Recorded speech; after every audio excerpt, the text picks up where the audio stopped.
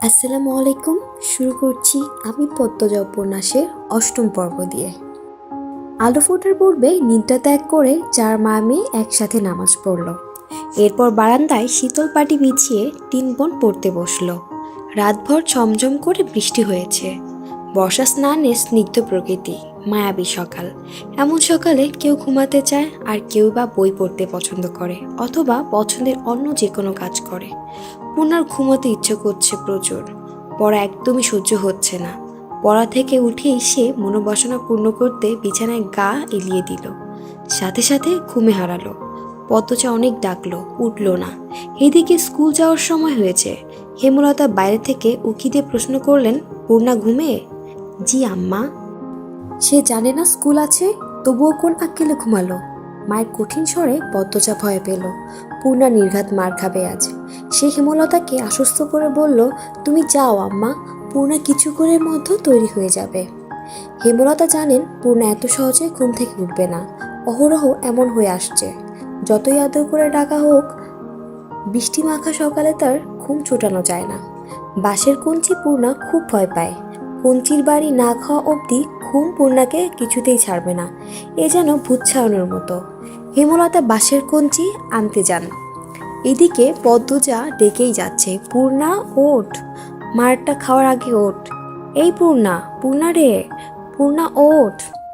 পূর্ণা পিটপিট করে চোখ খুলে আবার ঘুমিয়ে যাচ্ছে। প্রেমা এই ব্যাপারটা খুব উপভোগ করে। একটা মানুষ এত ডাকাডাকিতেও কি করে না জেগে থাকতে পারে? সে নিষ্কম্প স্থির চোখে তাকিয়ে আছে বড় দুই বোনের দিকে। হেমলতা হাতে বাঁশের কঞ্চি নিয়ে ঘরে ঢুকেন। তা দেখে পদ্মজা পূর্ণাকে জোরে চিমটি দিল। পূর্ণা মুখে বিরক্তিকর আওয়াজ তুলে আবার তলিয়ে গেল। তুই সর পদ্ম, ও মারের যোগ্য, পিটিয়ে ওর ঘুম ছুটাতে হবে। পদ্মজা মায়ের উপরে কিছু বলার সাহস পেল না। দূরে গিয়ে দাঁড়ালো। হেমলতা পূর্ণার পায়ের গোড়ালিতে বাড়ি দেন।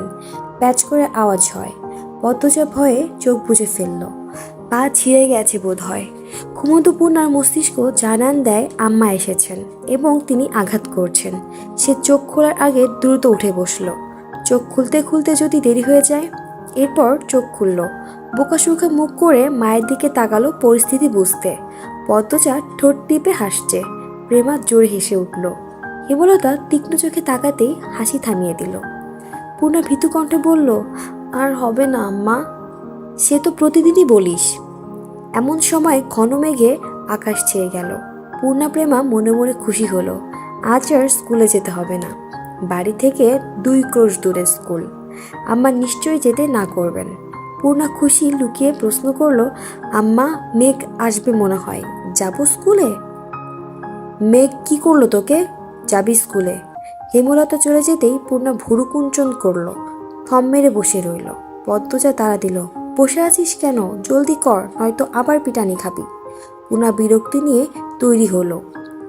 3 বোন স্কুলের দিকে রওনা দিল। বর্ষাকাল চলছে। রাতে বিরতিহীনভাবে বৃষ্টি হয়েছে। রাস্তায় প্রচুর কাদা জমেছে। পথ চলা কষ্টকর। 3 বোন হাতে জুতা নিয়ে পা টিপে টিপে হাঁটছে। পিছলে পড়ে বই খাতা নষ্ট করার ভয় কাজ করছে মনে। অর্ধেক পথ যেতে না যেতেই আকাশ ভেঙে বৃষ্টি নামলো। পদ্মজা পথের পাশ থেকে বড় কচু পাতা ছিঁড়ে নিল 3টা।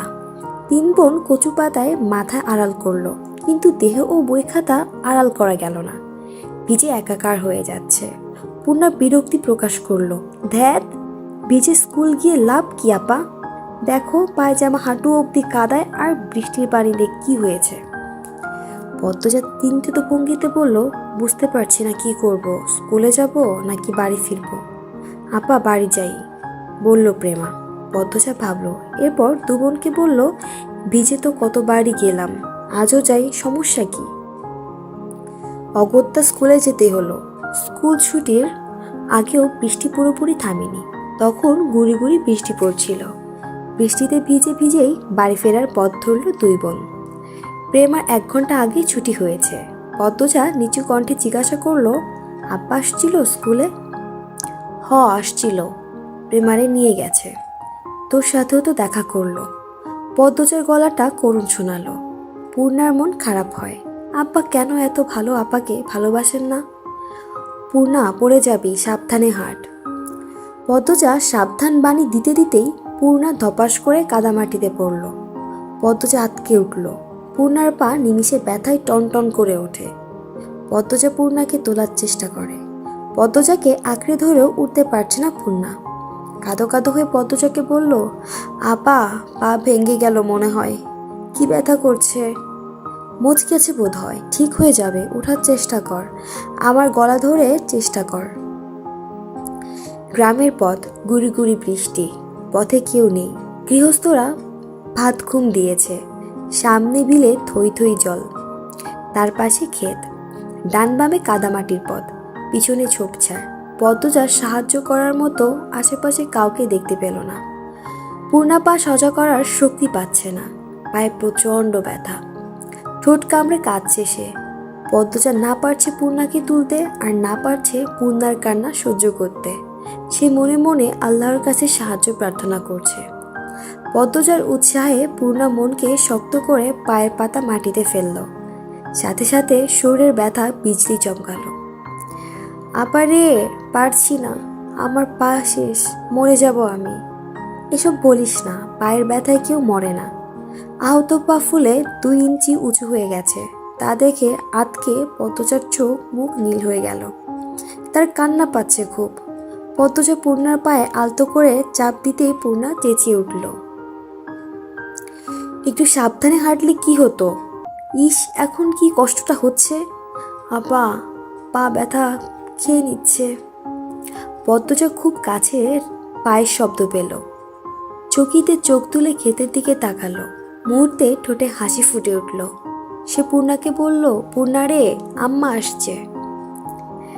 হেমলতাকে দেখে পূর্ণার কলিজায় পানি পেল। মনে হলো মাকে দেখে ব্যথা অনেকটা কমে গেছে। হেমলতা ছুটে আসেন। পূর্ণার মাথায় হাত বুলিয়ে বলেন, কিছু হয়নি, এসব সামান্য ব্যাপার।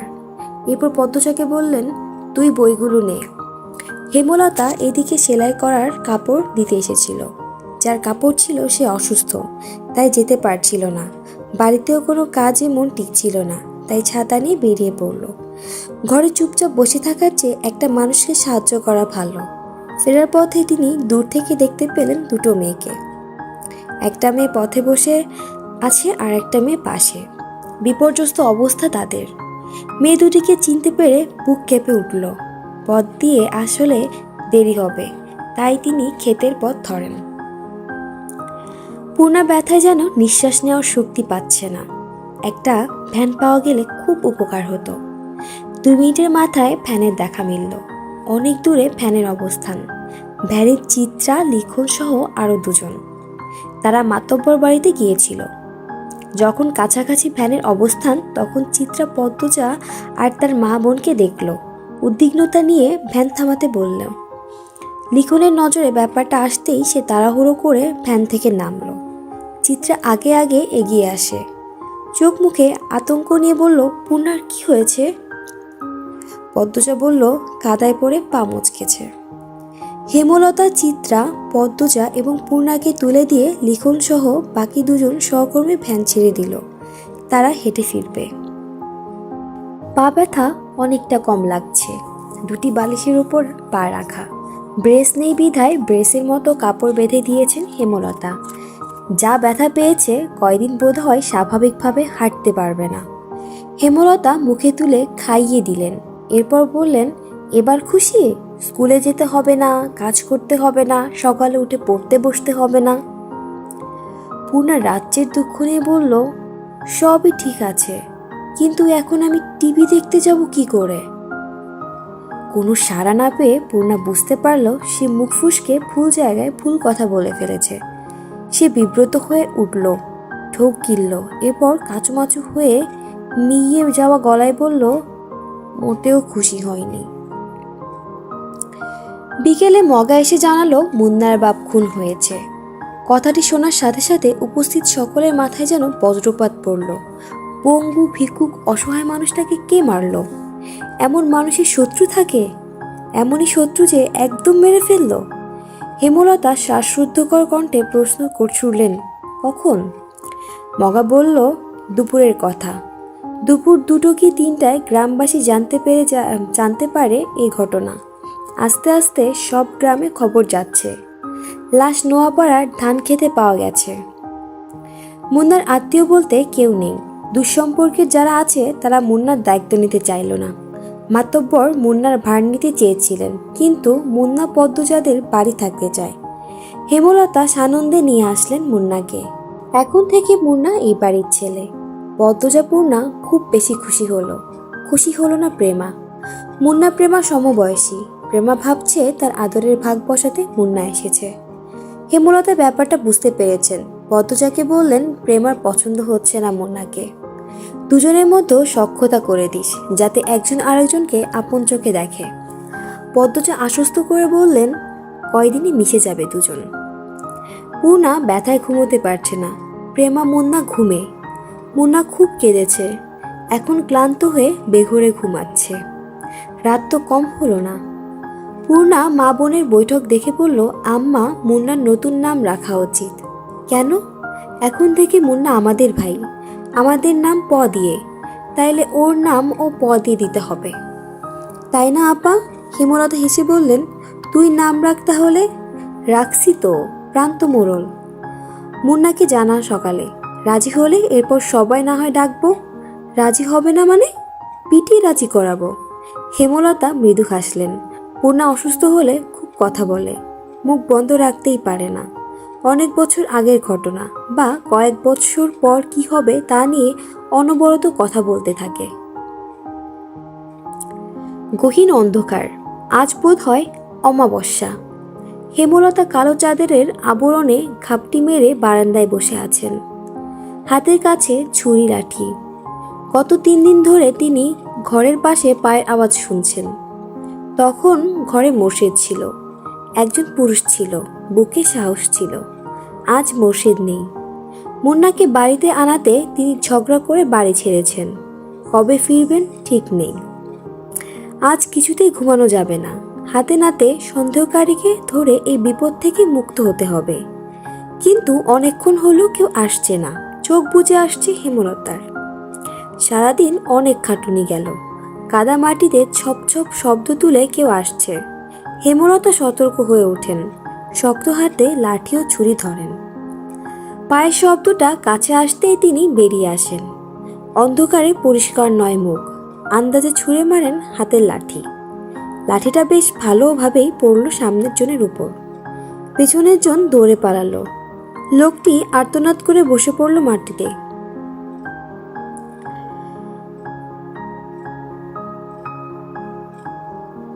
পরক্ষণেই পালানোর চেষ্টা করলো, কিন্তু পারল না হেমলতার জন্য। হেমলতা তার দ্বিতীয় লাঠি দ্বারা আবার আঘাত করল। তার তীক্ষ্ণ দৃষ্টি স্থির। আহত ব্যক্তির আর্তচিৎকার শুনে বাড়ির ভেতর থেকে ছুটে আসে সবাই। টর্চের আলোতে চারদিকে আলোকিত হয়ে উঠল। হেমলতা স্বাভাবিক ভঙ্গি নিয়ে দাঁড়িয়ে আছেন। তিনি যেন জানতেন এই লোকেরই আসার কথা ছিল। শুটিং দলকে তিনি আজই বের করবেন, তবেই শান্তি। পদ্মজা, প্রেমা, মুন্না বেরিয়ে আসে। পূর্ণা ঘরেই রইল। পদ্মজা ডিরেক্টর আবুল জাহেদকে দেখে চমকালো। তখন কোত্থেকে আগমন ঘটল মোর্শেদের।